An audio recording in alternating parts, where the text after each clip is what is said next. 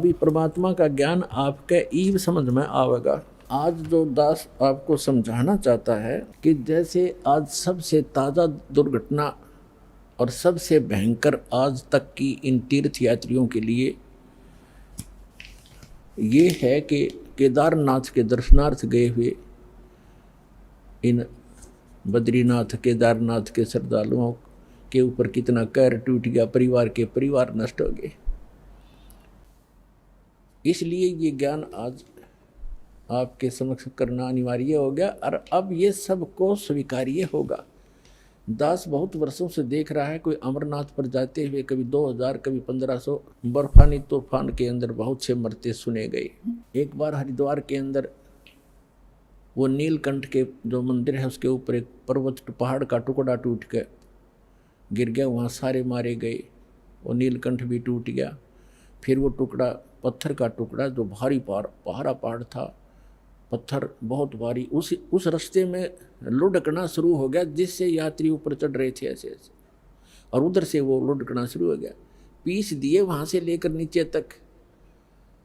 और फिर वहाँ एक लक्ष्मण झूला है, गंगा के ऊपर एक पुल बना हुआ है, लोग कुछ जा रहे थे, फिर वहाँ से सुनकर कुछ बचे हुए कोई इधर भाग रहा था, कोई इधर भाग रहा था, कोई पुल को पार करने की चेष्टा वापस कर रहा था। तो भीड़ में भगदड़ मच गई। अब वापस भागने वाले कह रहे थे, किसी ने बताया कि पहाड़ टूट गया। तो वापस पुल पर भागने वालों ने सुन लिया कि पुल टूट गया जिस पर तुम फंसे हुए हो। तो उस भगदड़ में पुल के ऊपर भी सैकड़ों 400-500 व्यक्ति तो पुल पर मारे गए।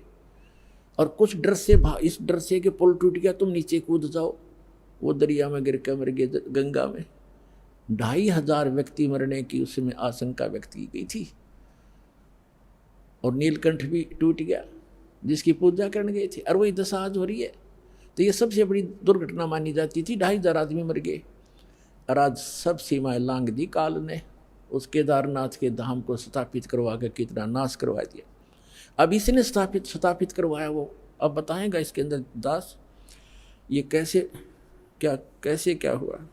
और इससे पहले और भी घटनाएं हुई हैं। जैसे एक बार कुंभ का मेला हुआ था, आपको बहुत बार सुनाया है। कुंभ का पर्व हुआ हरिद्वार में हुआ था, 25,000 आपस में लड़के मर गए थे। इस ज्ञान को अब सुनेंगे ये, ठीक है, तो बेचारे चले गए, मर गए, मृत्यु को प्राप्त हुए, उनका बड़ा दुख है, हमें बहुत बड़ा दुख है हमारे को। लेकिन अब इसका विकल्प ये है जो दास बताना चाहता है। और स्वयं परमात्मा ने भी बहुत बार आकर ये ज्ञान देने की चेष्टा की, लेकिन इन स्वार्थी और अज्ञानी हमारे धर्म गुरुओं ने परमात्मा के इस यथार्थ ज्ञान को हम तक नहीं आने दिया, और जिसका खामियाना आज तक भोग रहे हैं। परमात्मा के ज्ञान को समझने के लिए आप जी ने थोड़ा सा धैर्य रखना पड़ेगा। इस सच्चे ज्ञान को सुनकर कई बिदक जाते हैं, तड़फ जाते हैं और कहते हैं ये कैसा ज्ञान सुना रहा है, ये सब भ्रमित कर रहा है रामपाल। लेकिन पुण्यात्माओं, भ्रमित तो हम पहले बहुत हो चुके हैं।